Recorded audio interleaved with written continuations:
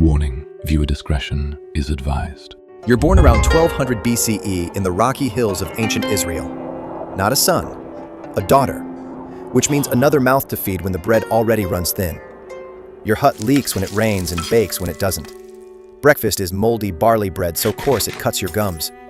Your father works a patch of rocky ground that yields less grain each year. Your mother counts lentils while your baby brother cries from hunger. By 12, your body changes and your future changes with it. In this world, that means you're a woman. It also means you've become a calculation.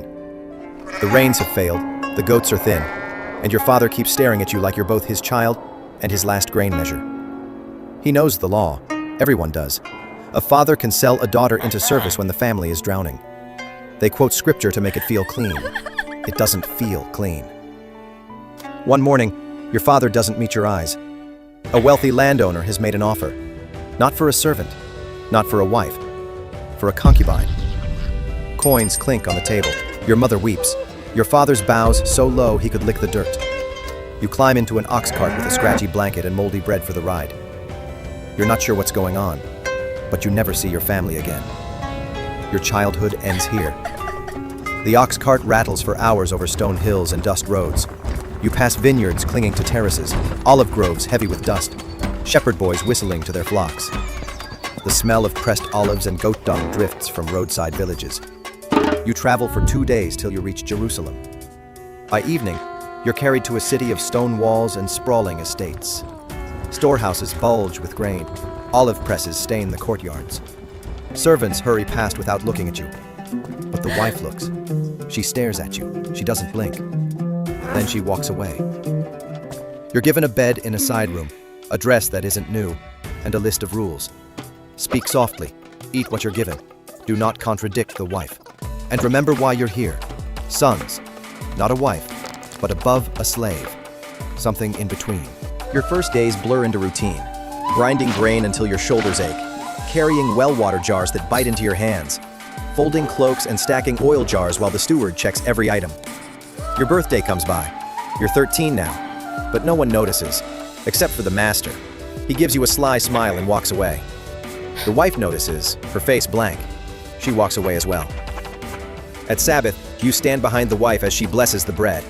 Her hands on top, yours below. The message is clear. She is first. You are not. Servants don't speak to you unless ordered. The wife speaks only to correct you. The master barely speaks at all. That first night comes sooner than you expect. The servants don't explain much. They just light oil lamps and drape the master's chamber with heavy curtains that smell of smoke and goat farts. The wife pretends not to notice, but she lingers long enough to remind everyone who's still in charge. Then she leaves you standing there like a servant who's been dismissed. The master doesn't waste time. There are no vows, no blessings, no sweet talk. You're standing there with a thin robe, shaking. The master touches your face. He smiles. Your heart beats fast, but not for joy. You're about to faint, just standing there, but then you remember the only instructions you got from the older maid. Stay quiet. Don't embarrass the household. That's it. One moment you're a daughter, the next you're property. Congratulations. You're officially a concubine now. After it's over, you lie in bed, shaking and leaking. The older servants come to comfort you, but it doesn't help. You feel empty.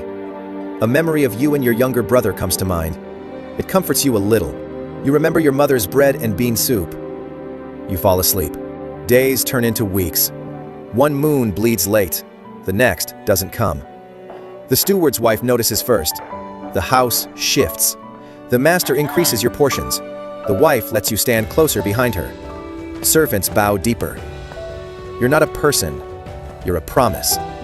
You hear that pregnancy is dangerous. It can raise your status, or it can kill you. The labor drags through the night.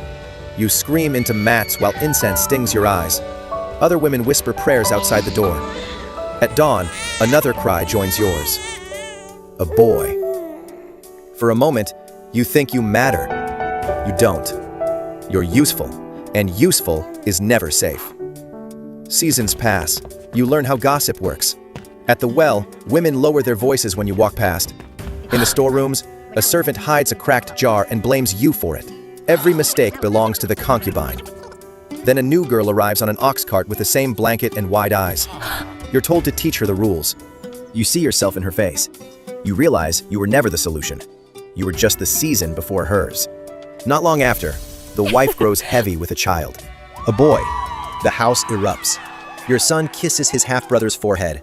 Everyone cheers. You force a smile, but inside, it feels like choking. No matter what you do, you'll always be second. The years blur. Your son grows strong in the fields, quick with numbers, careful with words. He is praised when he succeeds, blamed through you when he fails. The steward starts using him for errands. The master nods at him in approval. The wife smiles politely but never warmly. Her son's future is written in law. Yours shrinks by the season. The law says it's fair. The law always favors the wife's son, never yours. Then the master dies in his sleep. The elders gather. Witnesses crowd the courtyard. The inheritance is read aloud. The wife's son takes the lion's share. Your son takes the scraps. A field at the edge. A fraction of the flocks. The elders' words sound polite, but to you, they taste like ash. Your boy lowers his eyes. The wife's son stands tall, carried forward on pride. Everyone sees the difference. No one questions it. You keep your room, smaller now. You pour wine for guests who don't say your name. You teach younger girls how to bow without looking up. You fade into the background. Time moves on without you. New concubines arrive, younger, prettier, hungrier. You become the woman people pass in the courtyard without noticing. Your son becomes a man with responsibilities but not authority.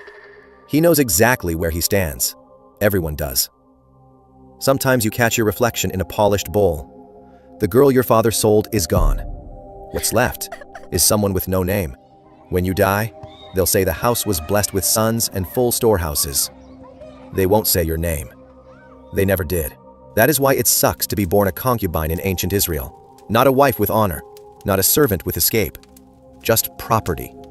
Useful until you're not.